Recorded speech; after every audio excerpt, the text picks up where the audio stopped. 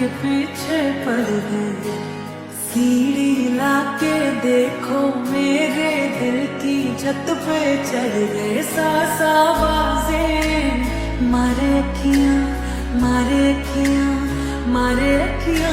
ശാംഭു എത്ര മനോഹരമായിട്ടാണല്ലേ ആ പുള്ളി ആ സിറ്റുവേഷൻ ഹാൻഡിൽ ചെയ്തത്.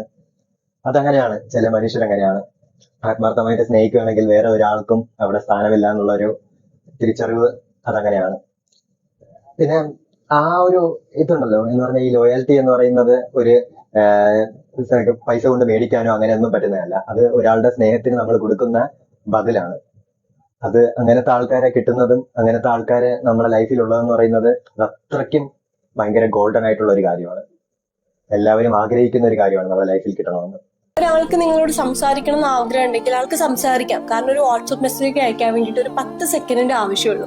അപ്പൊ ആ ഒരു 10 സെക്കൻഡ് പോലും ആ പേഴ്സണ് നിങ്ങൾക്ക് മെസ്സേജ് അയക്കാൻ വേണ്ടി കണ്ടെത്താൻ പറ്റുന്നില്ലെങ്കിൽ ആ 10 സെക്കൻഡിന് പോലും നിങ്ങൾ അയാളുടെ ലൈഫിൽ വെറുത്തല്ല എന്നുള്ളതാണ്. അപ്പൊ ഇങ്ങനെയുള്ള ആളുകളുടെ അറ്റൻഷന് വേണ്ടിയിട്ട് അല്ലെ ഇങ്ങനെയുള്ള ആൾക്കാരുടെ സ്നേഹത്തിനും കൺസിഡറേഷനും വേണ്ടിയിട്ട് നമ്മൾ എവിടെയും നമ്മുടെ സെൽഫ് വർത്ത് കളഞ്ഞിട്ട് നിൽക്കേണ്ട ആവശ്യമില്ല.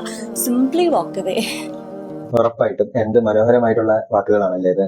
അത് സത്യമായിട്ടുള്ള ഒരു ഇതാണ്. കാരണം നമ്മളെ ഒരാൾക്ക് എപ്പോഴും ബിസി ആയിരിക്കാനൊന്നും പറ്റത്തില്ല. ഒരു 10 സെക്കൻഡ് ഒന്നും അവരുടെ ജീവിതത്തിൽ മാറ്റിവെക്കാൻ പറ്റുന്ന ഒരു ബിസിയും ഒരു കാര്യങ്ങളും ഇല്ല. സത്യം പറയുകയാണെങ്കിൽ അത്രയും നമ്മളുടെ പ്രിയോറിറ്റി തരുന്ന ആളാണ്, അല്ലെങ്കിൽ അത്രയും നമ്മളെ മുഖവരിക്ക് എടുക്കുന്ന ആളാണെങ്കിൽ നമ്മളോട് ആ കാര്യം കൺവേ ചെയ്യാൻ അല്ലെങ്കിൽ അതിനെപ്പറ്റി എന്തെങ്കിലും ഒരു കാര്യം സംസാരിക്കാനാണെങ്കിൽ പോലും 10 പോട്ടെ ഒരു 5 സെക്കൻഡ് പോലും മാറ്റിവെക്കാൻ സമയമില്ലെങ്കിൽ പിന്നെ ആ ലൈഫിൽ നിങ്ങളൊരു ഓപ്ഷനായിട്ട് ദൈവം നിൽക്കാതിരിക്കുകയാണ് വേണ്ടത്.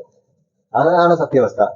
ആ ലൈഫിൽ നിന്ന് നിങ്ങൾ തന്നെ ഇറങ്ങി പോകുന്നതാണ് നല്ലത്. കാരണം ഓപ്ഷൻ ആയിട്ട് ഇരിക്കുന്നതിനേക്കാളും ബെറ്റർ ആണ് ആ ലൈഫിൽ നിന്ന് ഇറങ്ങി പോകുന്നത്.